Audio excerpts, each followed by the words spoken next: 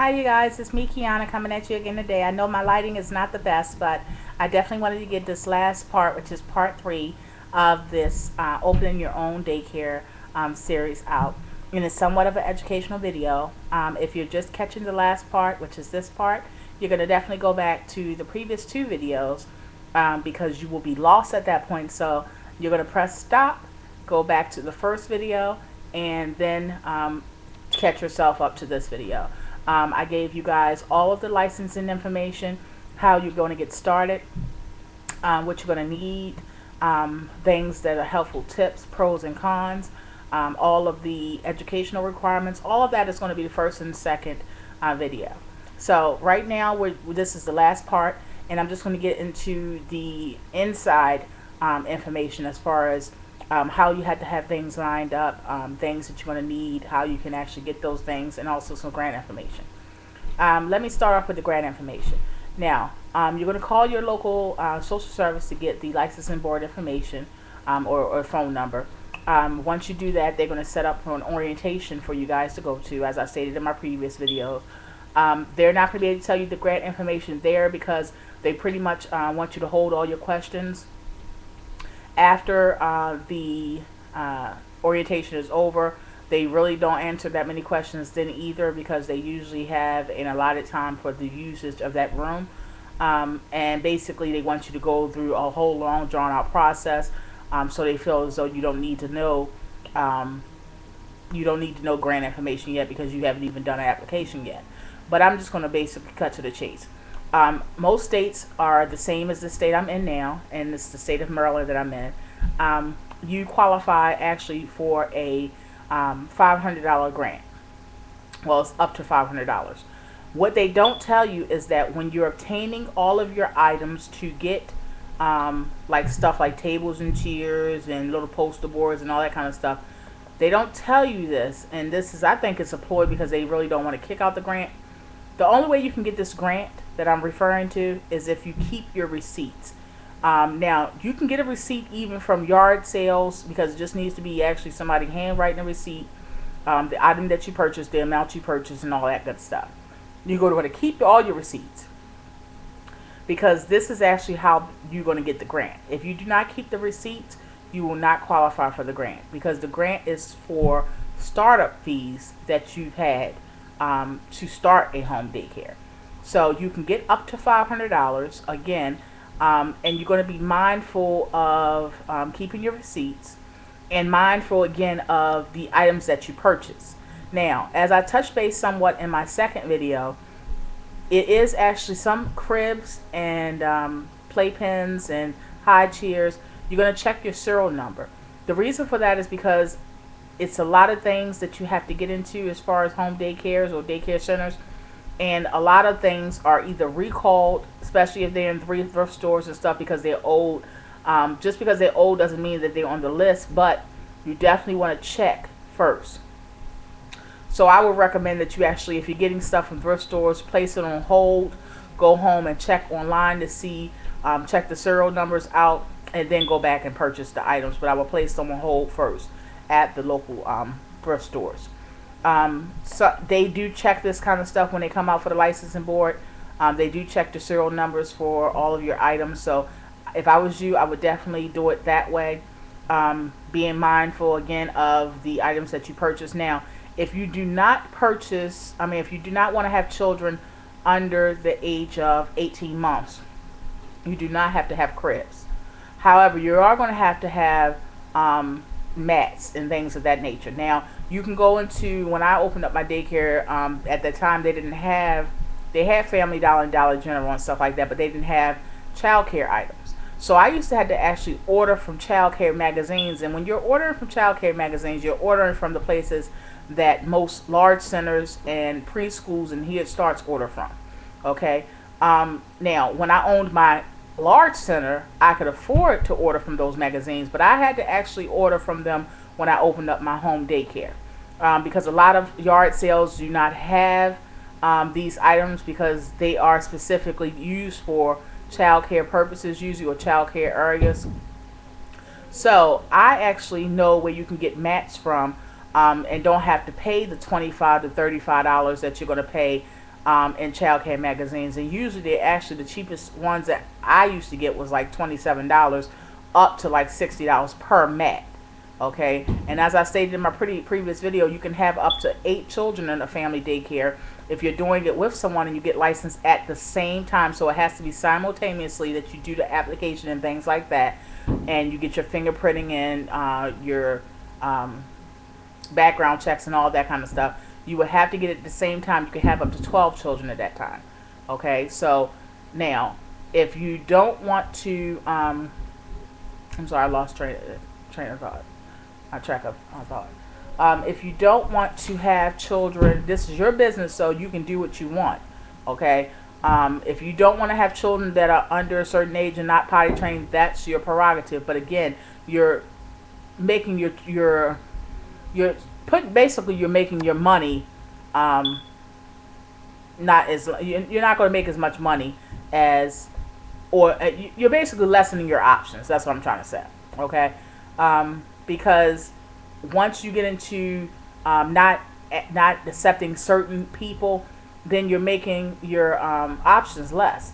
So when you're first opening up, because you're competing with so many other people that have home daycares, you don't want to rule out any group unless it's that much necessary.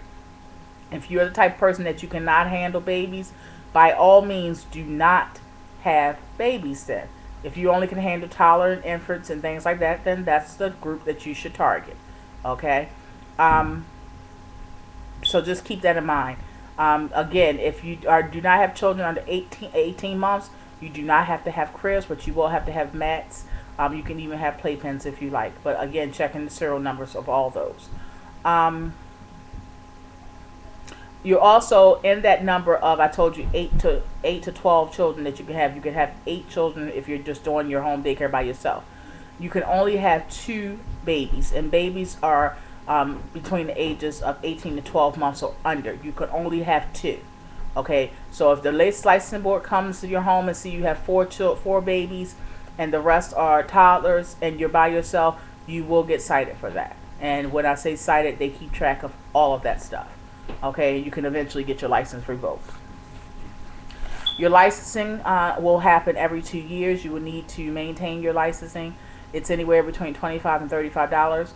They also, every certain amount of years, usually every 2 years, they change their rules and regulations as far as the minimum educational requirement. So you want to definitely, whenever you they have local classes for $10 and $15, $20, you want to definitely just go ahead and take those just to have the certification and the information. That way you will always basically keep your wheels oiled. Okay. And also gives you an opportunity to network with other home daycares, because eventually you'll grow to know all of them. If not all of them, you will know at least half of them, and they will know your name. Okay. What else? Okay, you want to gather all the items, like I stated before, from like yard sales, thrift stores, anything Little Tikes, grab it. The reason why is because Little Tikes is the most durable toys and furniture and things like that you can actually buy, and it would last forever. Do not go out buying a whole bunch of dollar stuff or dollar store stuff. I wouldn't even recommend buying a whole bunch of Family Dollar stuff.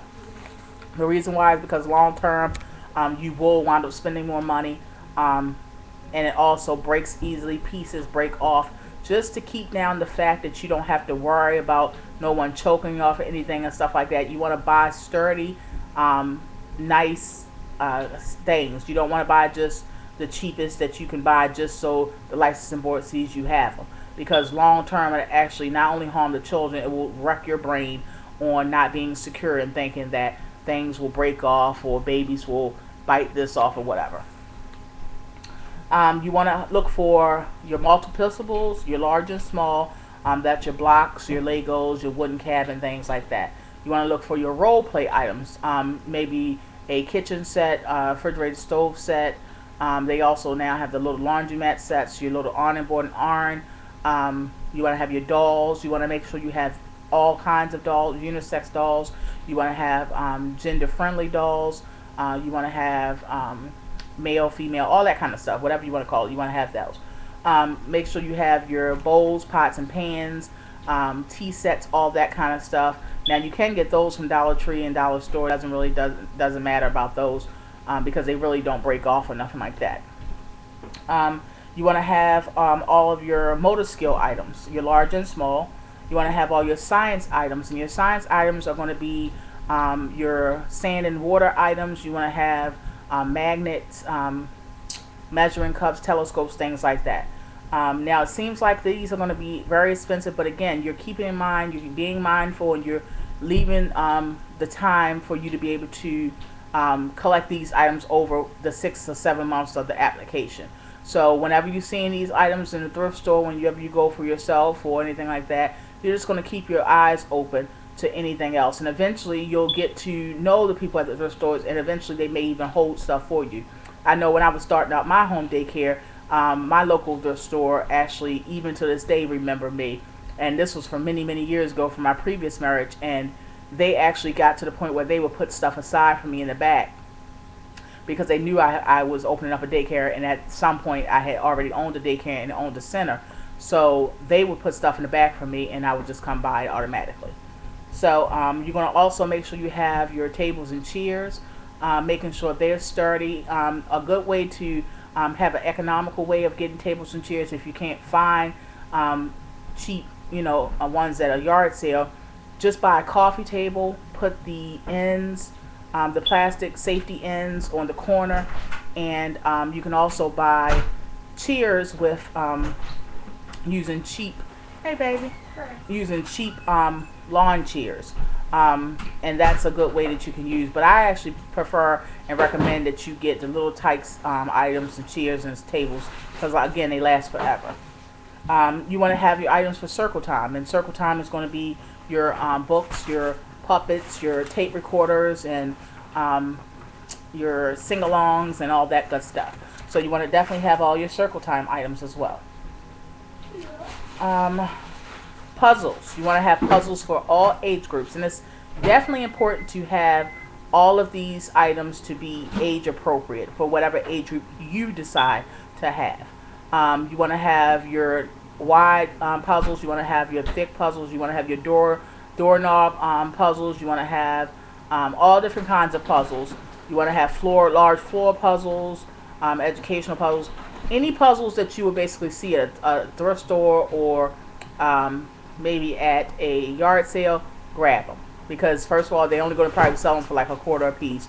It's not going to hurt to have a lot, because I would make sure my daycare basically was never a time where it was a down moment because we had so much. So an abundance, when you have an abundance of items, it definitely works in your favor. So quickly, I'm just going to talk about the state food program. The state food program you can sign up for once you're licensed. It pays you up to $4 per child a day. So if you add that up, it's a good amount of money. But the only thing is, the state food program does have certain requirements. They want you to definitely post a menu so that everybody can see it. But I recommend that you do that anyway for your own mindset.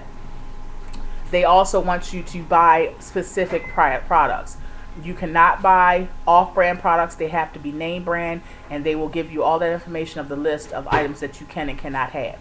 Now Dollar Tree, back then Dollar Tree did not sell name brand items, but Dollar Tree does sell name brand snacks and stuff right now. Also, you can always go to my favorite BJ's, get these things in bulk, but it does add up because it's up to $4 per child, and every state varies. Some states actually pay up to $5 per child, and that's a day.